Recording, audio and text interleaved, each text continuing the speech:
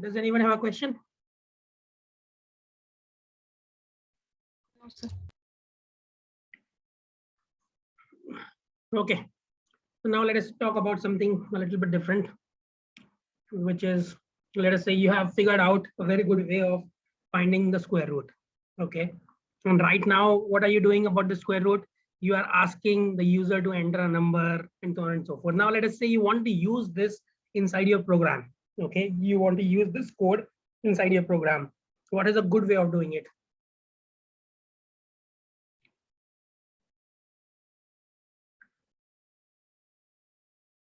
You want to use, let us say you want to calculate the square root at 10 different locations inside your program. Okay, you're writing another program where you're trying to find the square root, and you're required to do that at least 10 different times.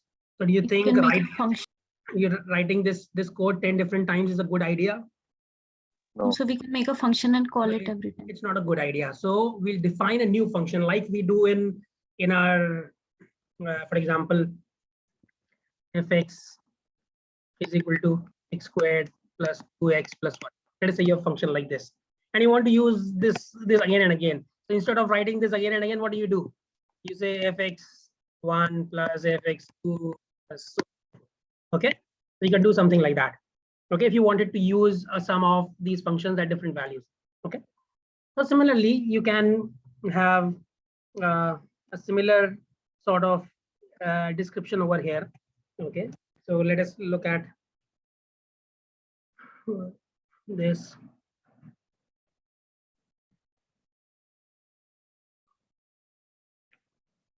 Yeah. So we have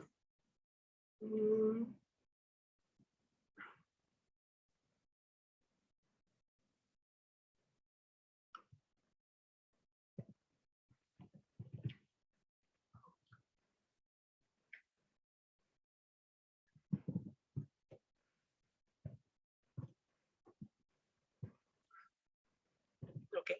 So we'll define a function like we just did on the whiteboard. Okay, let us call that as, so this is the syntax for that. Define, let us say, square root. Okay, how many inputs will you have in this function? How many inputs do you have? One input. Okay, let us call that as C. Okay. Obviously, you will put a colon because you are defining something, and now all of these have to be done. What do we have to do with these? All of these, they have to be indented, isn't it? So let me indent them. Okay, now we need to make a few changes to this. What change do we need to make?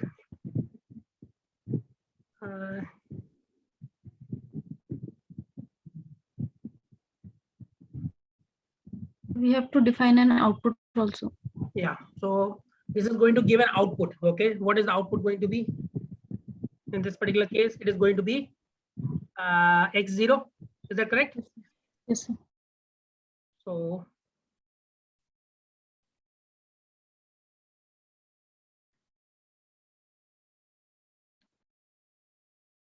let me remove this. Return x0. Okay, let us run this. So now I'm running this, nothing happened. Okay, why did nothing happen? Because we are just defining a square root over here, like we did in Verilog when we define our .v file. When we define our module, then nothing happens. We have to define a test bench, then something happens. So we're going to do that here now. Let us say I do square root 3 again. Okay, so what did this do this time? What did it do? When I say square root 3.0, it goes to this function. Okay, and it does what? It calls in, so C becomes, what is the value of C now? If C becomes 3.0. Okay, and it does all these calculations. Okay, here we have given a print statement also. but usually we do not usually have a print statement associated with a in a function. Usually we do not do that unless it's required in that particular scenario. But in this case, it's not really required. So what am I going to do? I'm going to remove this. And please understand that what is this return doing? As soon as you get a return, this function goes back. So you do not have to give a break statement now. Okay, please understand that there is no need for a break statement. As soon as return is called, this function, the execution, whatever engine you have, that leaves this particular function completely as soon as a return is given. Okay, what does return x0 mean? So the output of this, so if let us say I wrote this as x is equal to this. Okay, what is it going to do? It is going to call this function square root with a value 3.0. It will do all the calculations here, and whatever value is returned, okay, whatever value is returned, that becomes what? X, value of X. Yeah, that will be the value of X. Okay, so if I do this, oh, I have not run the above code yet, so I define it again. So now if I do X, it gives me the value of X. Okay, is that all right? Yes. Now, there is one thing that you need to be clear about. Let me do one more thing. Let me copy this whole thing into a different.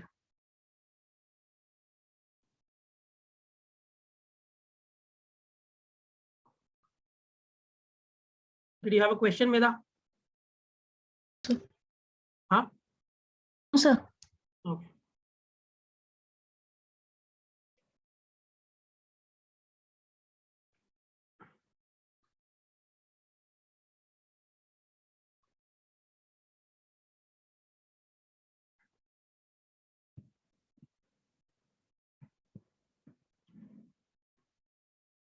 Okay, in this particular notebook, nothing has been run. Okay, so previous values do not exist. Okay, the value of C and all those things do not exist. Okay, now let us say I do something.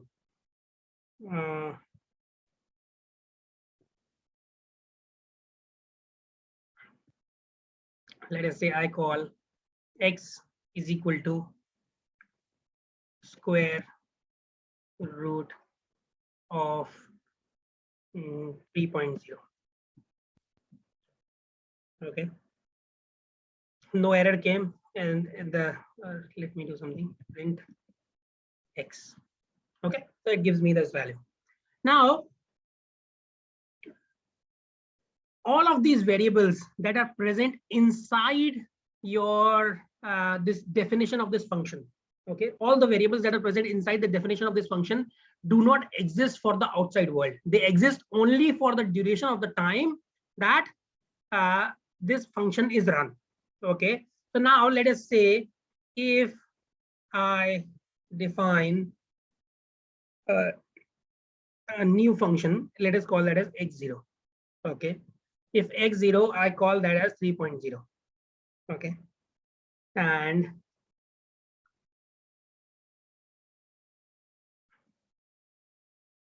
if I say x0, do you think it will give an error? It will work fine. So it will work fine. Work fine. Why will it work fine? Because this x0, even if you have defined this x0 is completely invisible to this. Okay, so this x0, internally Python knows that this x0 is different from this x0. Okay, so please understand that. So the scope of this variable. Okay, so I'll write something. The scope of this variable is in this function only. Okay, this variable is not visible to the outside world, and even if there is a variable out in the outside world which is called x0, it is not going to be affected by this particular x0. Okay, this variable is not visible to the outside world, first thing. Second thing, that even if there is another variable by the name x0, it will not be affected by if you change the value of x0 over here. So if I let us say I say print x0. Okay, let us say where I run this. What do I get?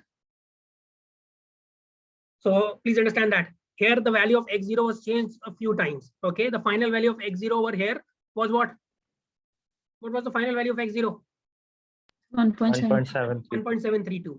Okay, but when I'm printing x0 here, what am I getting? 3.0. Okay, so this x0, please understand that this x0 exists only inside this code. Okay, and an outside x0 cannot affect this x0. Those x0s are completely different.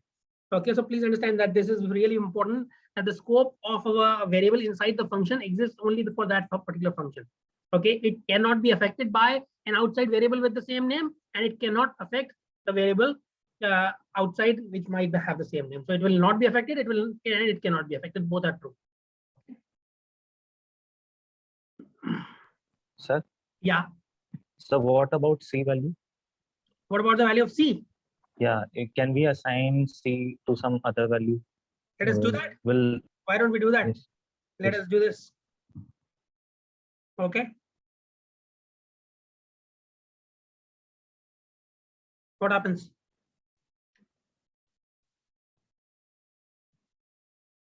Nothing is going to happen. C is not changing.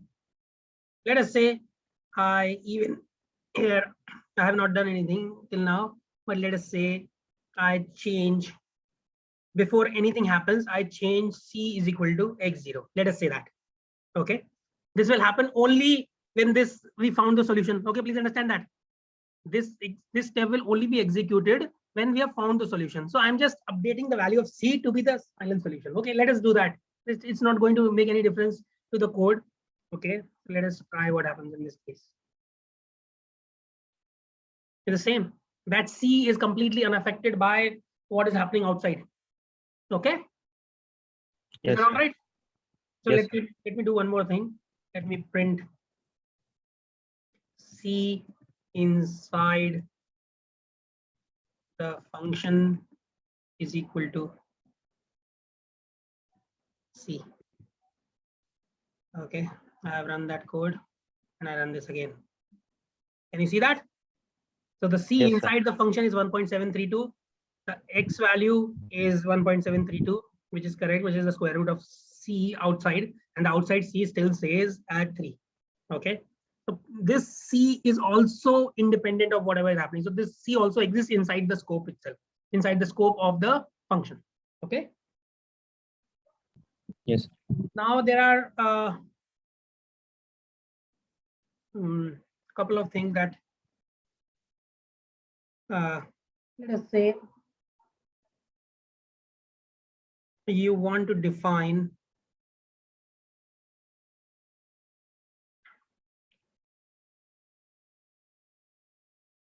let us say we want to make another function in this particular function. Okay, we want to add some functionality to this function.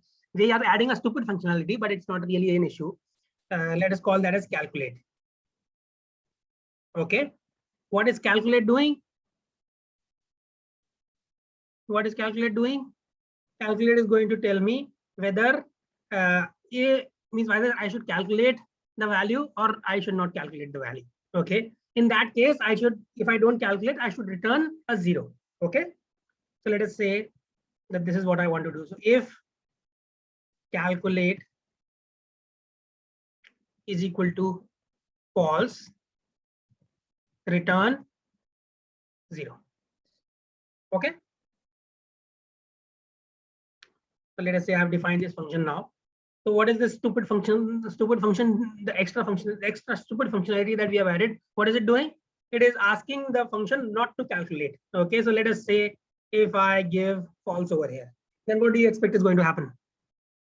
We will get 0 as output. 0. Okay, is that all right? Okay, 0 is your output. Is that okay? Yes. Let me erase this also. This is no longer required. So it is not going to do anything. Okay. Now let us say I want to make this function a little less stupid. Okay. So I give calculate is equal to true. Okay. And so when I put a value inside the first statement, okay, where I'm declaring the different variables that are required for this particular function, where I'm doing that, in that particular case itself, I give certain value to it. What is that value? That is the which value? default value. Okay, so if this value is not given by the function when it is called, so we are calling this function over here, we are calling square root function over here. So if I don't give that particular value, if I don't give the second value, then it will automatically assume what? That the value of the second variable calculate is going to be true. So let us do that. Let me run this. So what happens in this case? What happens in this case? It assumes the value of calculate to be true. So this statement is no longer executed. Okay, you could possibly, so if you gave a true over here, then what would happen? Same Same. thing. 1.72. The answer will be the same. Okay, because it's a default value. It does not matter. You could also say here also you could do that. That will also give you the same answer. So all of these three are identical in one sense. Okay, or you could give a If you will false here, and then it will give you a 0. Okay, is that all right? means whatever value we are giving in function, we can override that when we are calling the function. What are you saying? So whatever value we are giving in a function, we can override that when we are calling that function. Whatever value we are giving, yeah, we can override that. Okay, so this is your default value. Calculate is equal to true is your default value of calculate. So if you don't give the value of calculate, then it will automatically assume that it is calculate. But if you give whatever value, whether true or false, it will calculate, it will use that value. Okay, is your question clear, or maybe I did not understand your question? Yes, sir. Clear. Okay. It is clear. Okay.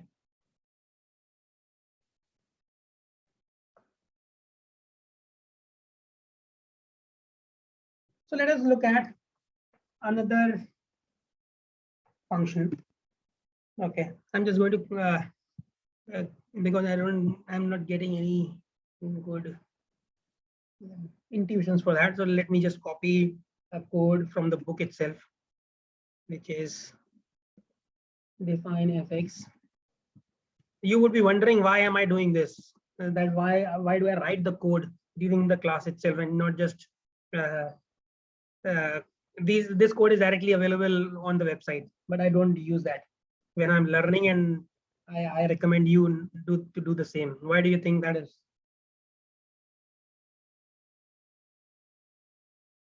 Any idea? You might be thinking it's a stupid idea, but I have a method to my madness. Any idea why I do that?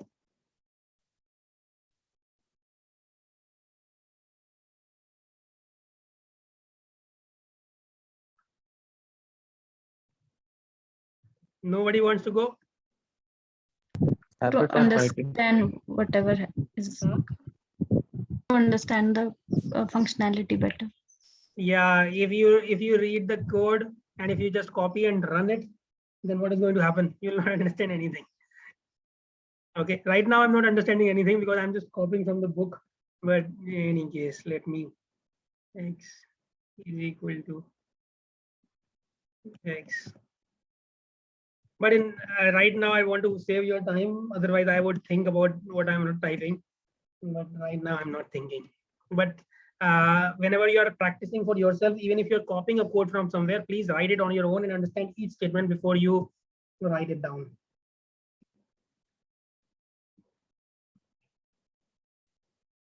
Okay.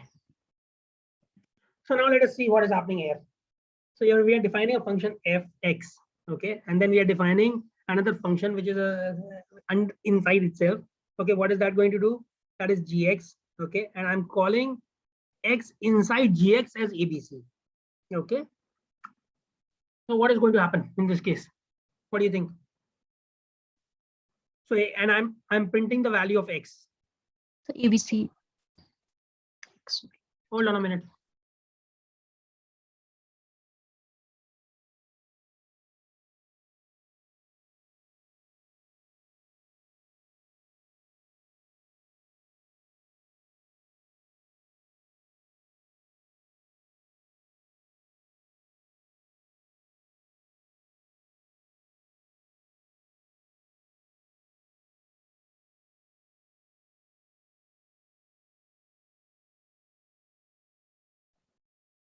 Okay.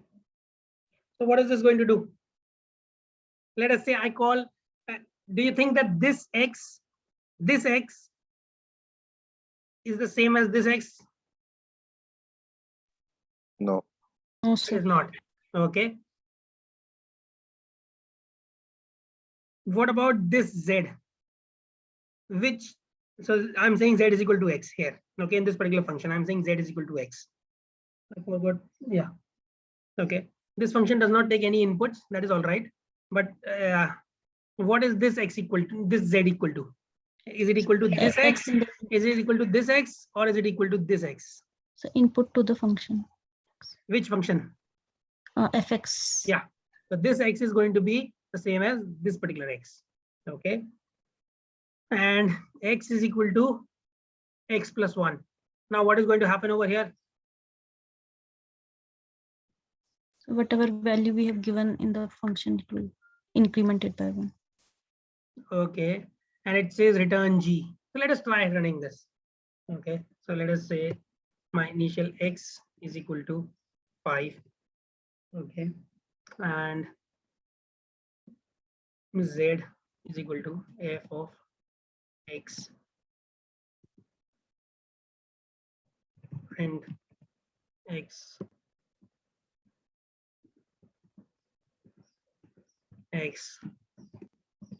and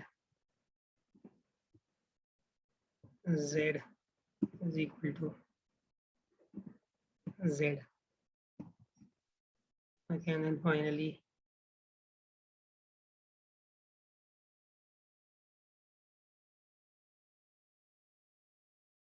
okay, let us do this.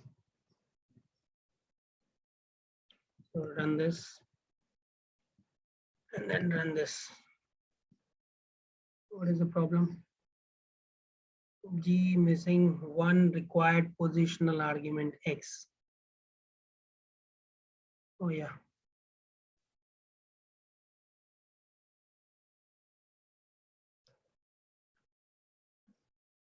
Gx. Oh, this was not a part of it. Okay.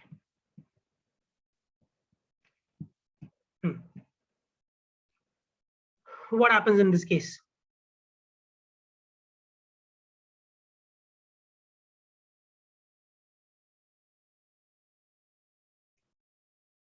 So when I say x is equal to 5 and I call fx, then what is going to happen? It is going to go to fx. fx. Okay, then g is getting defined there, h is getting defined there, and so on and so forth. I'm calling x is equal to x is equal to x plus 1. Okay, so this gets executed first. Okay, these are just definitions. These do not get called until unless I call them. Okay, these two are going to be they're only being defined right now. I have not called them yet. Okay, then what happens next is that I call x is equal to x plus 1. Okay, what is the value of x here? X is equal to 5, so x is equal to x plus 1 is 6. So when I say print x is equal to x, so x is equal to 6. That is correct. Now next, what happens? It calls the function h. Okay, what is this function h? 2x. It says z is equal to x. What is the value of z? What is the value of x here? X is now ABC. now x has been changed. Okay, so what is the value of x now? 6. 6. Okay, so this particular x has been changed. This particular x has been changed now. So this calls z is equal to x. So that is all right. So z becomes equal to 6. Okay. Next, what happens? I call g. Okay, what happens in g? What happens in g? X is equal This to same ABC. x gets defined to a string called abc. Okay. Then I say print x is equal to x. Okay, so the x is now abc. Okay. Is that all right? Now,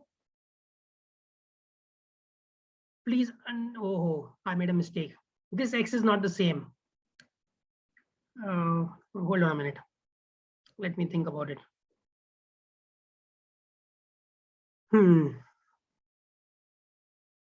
What is happening here? So when I say x is equal to abc, So it only changes the X inside this scope. It does not change X outside. So let us try something else. Let me do this. Let us say I do X is equal to X plus 1 over here as well. Okay. Let me do this before this line. Okay. Is that all right? Now what should happen in this case? क्या होना चाहिए? X is equal to ठीक है. Let us do this again. X की value क्या होनी चाहिए यहाँ पर इस लाइन में? So what I'm doing here, I'm calling H, okay, which is doing X is equal to X plus 1. Okay, then I'm saying Z is equal to X. That is all right. So I print Z. What will be the value of X now outside the scope of this particular function? Will it change the value of X?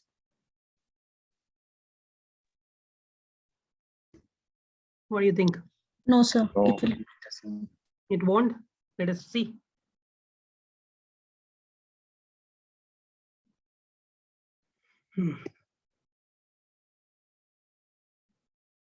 X referenced before assignment.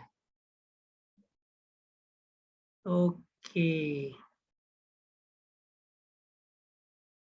X is referenced before assignment. In which particular case? This one. But why is this working then? I don't understand. Why is this one working?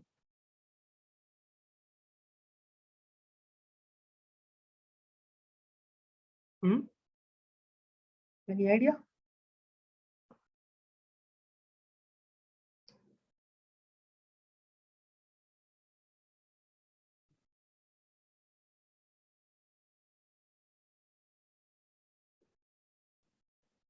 Let us say I do this. Now if I do this, then what happens? So Z is equal to 1. That is fine, but it does not change the value of X outside its scope. Okay, I have defined X is equal to this 1. But why is it does not allow me to change the initial value of X anyway. So X is equal to X plus 1 is not working, but Z is equal to X is working. Why is that happening?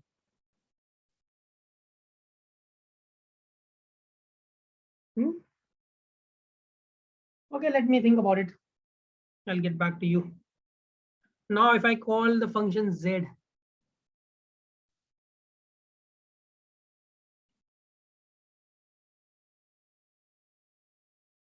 what is Z now?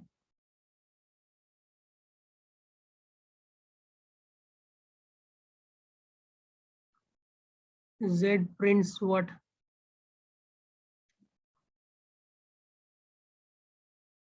Z ने क्या किया? X is equal to ABC print कर दिया. क्यों कर दिया ऐसा?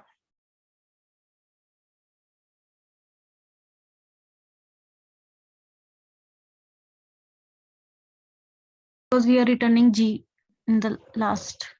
Oh, the last step is return G. Okay, that is fine. So that prints the value of whatever this was.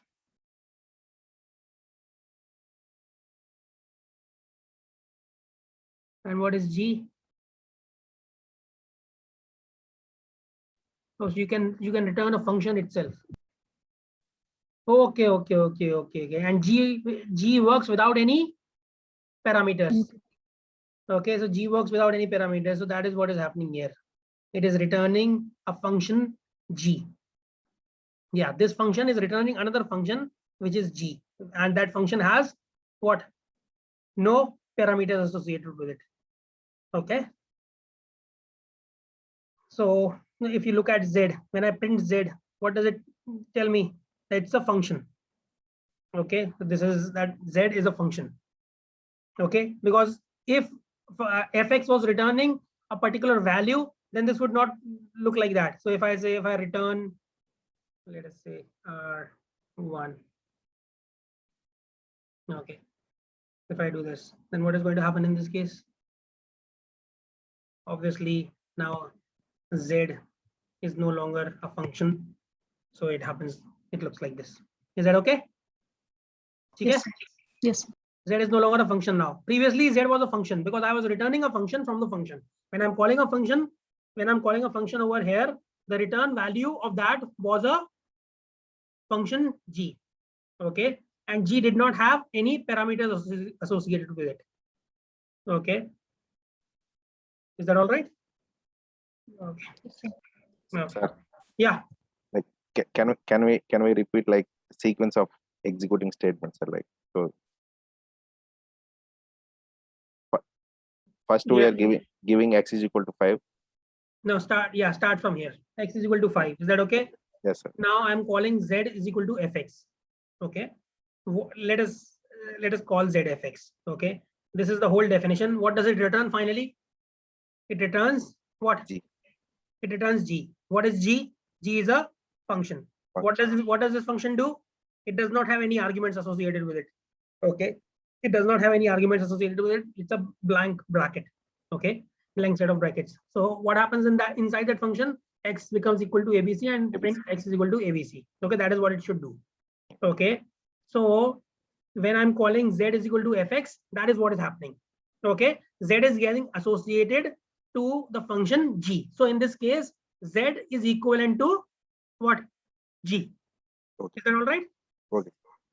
Okay. So when I say print X is equal to X, then it prints the value of whatever X is. And when I say print Z is equal to Z, it prints the value of Z. Okay. Now let us run this and see. Okay. So now let us see what happens in this case. So when I call Z is equal to fx, Z gets associated with G. Now print X is equal to X. And one couple more things happen. When I call this function gets executed with the value f of 5. Okay, this gets executed with the value f of 5. So in the first two cases, these are definitions, so these will not get executed. This gets executed when you call this function. What happens in that case? X is equal to X plus 1. So X becomes 6. So when I print X, then I get, so this is the first value of print. Okay, this is the first print. Okay, this is inside. This corresponds to this output. Now the next is what? Next I say H. I call H, the function H. What happens in H? I make Z is equal to X. Okay, so what is the value of X now? X is 6. So this prints Z is equal to 6. Okay, that happens next. Next thing is print X is equal to X. I print X again. That is fine. Next is it calls G. What happens in G? It goes to G, assigns the value ABC to X. But this X is outside, means inside the scope only of G. Okay, so it does not change the value of X outside. So inside X becomes equal to ABC. Okay, now print X is equal to ABC. Okay, and next I print X again outside that, which is equal to 6. 6, yeah. Okay, then I come back here. Once this is done, then it says return G. So this now after the execution of this whole thing, Z becomes equal to G. Now I move to the next step. I say print X is equal to X. What is the value of X in this particular way, this particular program, this particular part of the program? What is the value of X? 5. So it says X is equal to 5. Then I say print Z is equal to Z. Now it tries to print the value of Z. Obviously Z is a function now, so it just says that it's a reference to a function. Okay, instead of printing a value because there is no value associated. Now next point is I call the function. What is the function now? I'm calling Z, which is equivalent to calling function G. Okay, so if I call G without any arguments, I'll get X is equal to ABC, and it prints the value of X is equal to ABC. Is that okay? Yes, sir. Okay. Right.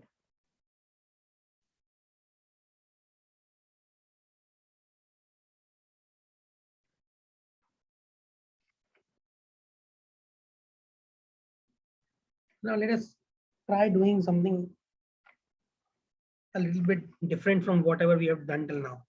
Okay, we'll talk about the recursion. Sir. Yeah. So one step I missed, like how Z is associated with G, with Z function. Why is Z equal to G? So if you see the return value of fx, what is the return value of fx? Achha, okay. G. It's a function G. Okay, it's not a Mhm. value. It is returning a Okay. function g. So you can return a function from a function. Okay, if you call a function, the return value can be a function. So that is what is happening here. Okay. Okay. So we are doing a little bit. This requires a little more care. So please bear with me. So let us say I define a factorial. Okay, fact n. Okay, I'm trying to find out the value of factorial n. Okay, so if n is equal to 1, okay, then return what if n is equal to what is the value return value going to be? It is going to be 1. Okay, else what? Return n star factorial n minus 1. Okay, let us see if this works. No. N double equal to. Oh, now it works. So now let us say I say fact 6. What is the factorial 6? Easier. Let us do 4. So 4, 3, 2, 1 is 4, 6 are 12. Sorry, 24. Okay, so if I do this, I get 24. How does it work? How does it work? Tell me. What is happening here? Factorial of 4. Every time when n is not equal to 1. So you can call a function from inside the function. Okay, that's not a problem. That is not incorrect. Okay, so this particular way of thinking about it is called as recursion. Okay, so what are we doing here? Let us see. Can you see my whiteboard? Okay, so what am I saying? I'm saying that factorial of n, or let me use the common notation. What is factorial n? Is equal to n into n minus 1 factorial. Is that correct or wrong? Right. It is right. Okay, so when I so this is my basic definition. And what is the second part of the definition? That factorial 1 is equal to 1. what? 1. These are the only two things that are required to define this whole problem. So what happens when I call fact 4? What does it do? Let me First, it will check for first. go back here. Where is my code? Here it is. So let me write here itself. So when I am calling fact 4, it goes to this function. Okay, it calls fact 4. Okay, now what happens in this case? It checks for whether n is equal to 1. N is obviously not equal to 1. Then it goes to the else statement. What is the else statement? It says that return the value of fact 4 is equal to what? 4 into Is equal to 3. 4 4 into fact 3. fact 3. Fact. Is that all right? Yes. Okay. Now it tries to, now what happens? It calls fact 3. Yeah. It calls fact 3 now. Okay, this is all stored in the memory. It already knows that I'm waiting for the value of fact 3. Now this operation halts itself. Okay, this operation stops at this point. Okay, now it calls fact 3. Okay, what is going to happen in this case? It is going to return a value fact 2. 2. Okay, again this operation halts over here. It is waiting for the value of fact 2. Now it calls fact 2, then it does 2 into fact 1. Okay, now it gets stopped here. When I call fact 1, if n is equal to 1, return 1. Now it has a value associated with fact 1. What happens now? This goes to this place. Okay, now this whole thing goes to this. Now this whole thing goes here. So this is called as, this particular methodology is called as recursion. Okay, we are recursively calling the same function by itself. Okay, is that all right? Yes, sir. Okay, now I'll ask you to, using Fibonacci series, okay, using recursion, create the Fibonacci series. Fibonacci. There is no eraser here. Okay, let me write it again. Or I have my clear, my trusty keyboard. So Fibonacci series. So please generate the Fibonacci series up to value n. Okay. So what is Fibonacci series? You start from 1 1. Okay, and you keep adding the two numbers which are left to this particular number. What are the two numbers next to this? Two. Before this, 1 and 1. Okay, so what is the next number going to be? 1 plus 1 is 2. Two. 2 plus 1 is 3. Three. 3 plus 2 is 5. 5. 5 plus 3 is 8. 8. 8. So on and so forth. Okay, so please try creating this Fibonacci series up to number n. Okay, number n means the number of elements in the series is n. Okay, so let me start.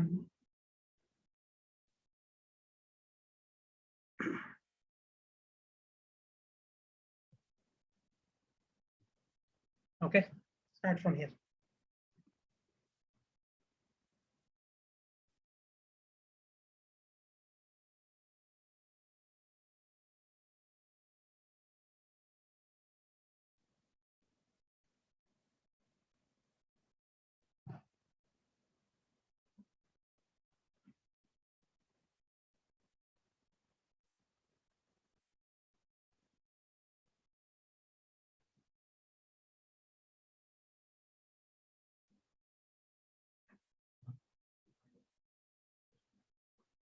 So fib n is going to give you the nth number in the series. Okay, nth number in the series.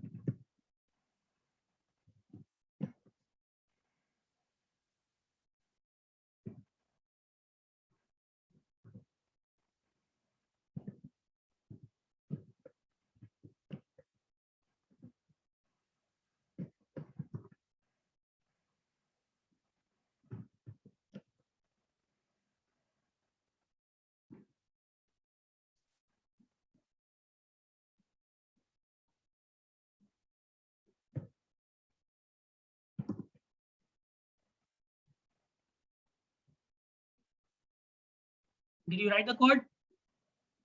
Anybody who could complete it?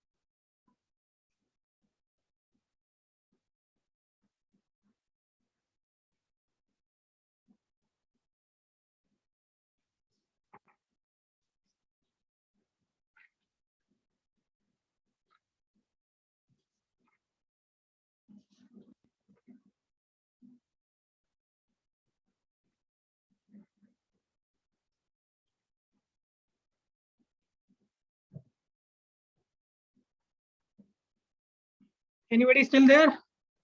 Or gone? I can't hear anybody. Yes, sir. Why Were you able to write the code? Writing, sir. Okay.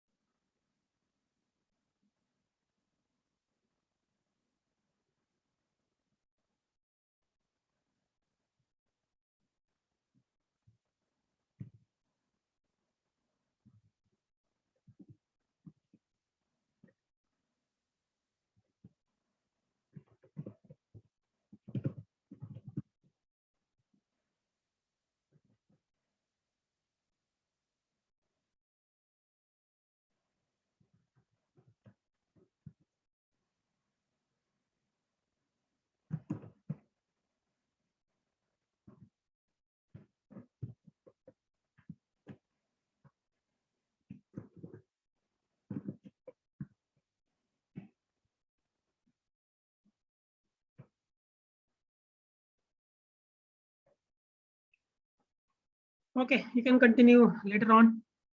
Let me show you how to do it. If you don't want to see, that's fine also as well. So definition of Fibonacci n is going to be if n is equal to 1, then return 1. Is that okay? Yes. If n, else if n is equal to 2, return 1. Return 1. It was not really very smart of me to do it this way. You could actually have done, instead of doing this, you could have done or n is equal to 2. Okay, in both the cases the result is the same. So I did not need to specify two different if and else if statements. Okay, so if n is equal to 1 or n is equal to 2, then return 1. Okay, else return fib n minus 1 plus fib n minus 2. Okay, so what is this going to do? If I call fib 3, it is going to return fib 1 plus fib 2. Okay, and what is fib 1? Is 1, and fib 2 is also 1. So 1 plus 1 will be 2. Okay, so I also wrote a code for printing the first 19 values. Maybe I can do first 40 values. And what is that going to be? So these are the different numbers of the Fibonacci series. Okay, it is running. It is going a little crazy. Okay, so recursion is not really very means it is easier to do this. I mean, write the code, but I don't think it's very efficient. See, for example, it is taking so long to do this. Okay, if I were to ask you to write this code again, instead of defining Fibonacci series in recursion form, if I were to ask you to do it in with a for loop, okay, how would you do it? Please do that with a for loop. So define fib iterative, okay, fib iter, okay, and as what? So what do we do?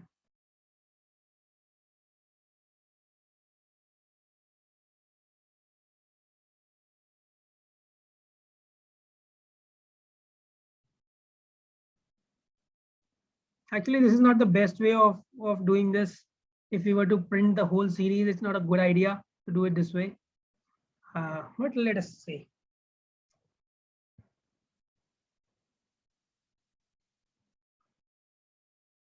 So how are we going to do this? So let us call two variables. First is equal to 1, okay, and second is equal to 2. Not 2, it will also be 1. Okay. Now for I in range somewhere to n. Okay, somewhere to n. I don't know what that somewhere is. Let us see what it should be. So you have what? I want to add. So in this case, let me define a new variable. So let us call that as third. Third is going to be equal to First plus second. first plus second. Okay, then first becomes equal to second. Okay, and what is this going to be? Second equal to third. Second is equal to third. Good. Now what will be my range? I'll start from the third number. Is that correct? The first thing that I'm going to calculate is the third number. Yes, sir. So we'll start from 3. Okay, so this calculates the third number, and we'll move on till n. We'll go up till n. Is that correct? Yes. We'll go up till n. Okay, and finally, what do we return? What should we return? Second? Second or third, it does not matter, because it's going to be the same. Okay, is it all right? Should it work? Let us see. It will return only one value. Yeah, I'm trying to do this. Also returns one value only, no? This recursive method also returns only one value. Is that correct or no? Yes, sir. This also returns only one value. So again, I'm doing the same thing. But that's why I just said it's not a very good idea to do it this way. But let us we'll change this in a little bit. What happens in this case?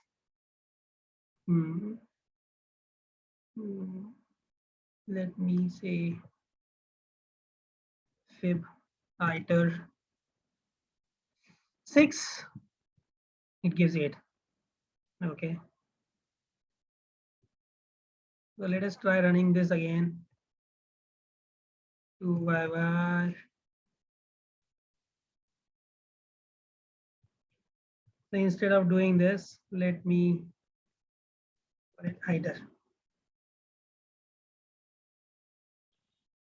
What happened?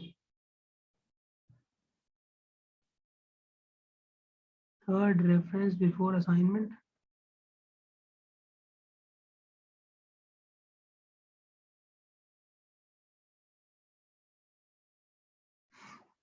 Oh,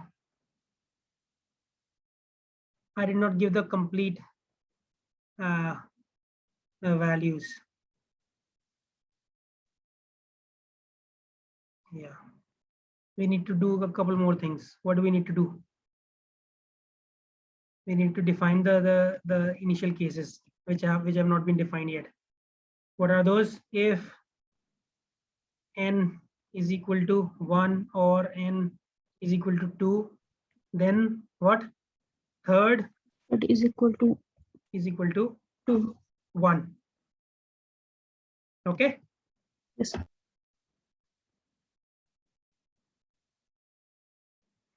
This is much faster. See. Done, sir. Yeah. I also done. Okay, good. So it took so long for that to run, at least like 5 minutes. It took for the previous one to run because it was again and again calling the function. Okay, it is really resource intensive and memory intensive because it has to take care of so many values. Okay, where as soon as I typed my result, I get my result. Okay, as soon as I press enter. Okay. So if your calculations are really long, it's not a very good idea to apply this recursive technique, although it's a very good exercise in logic.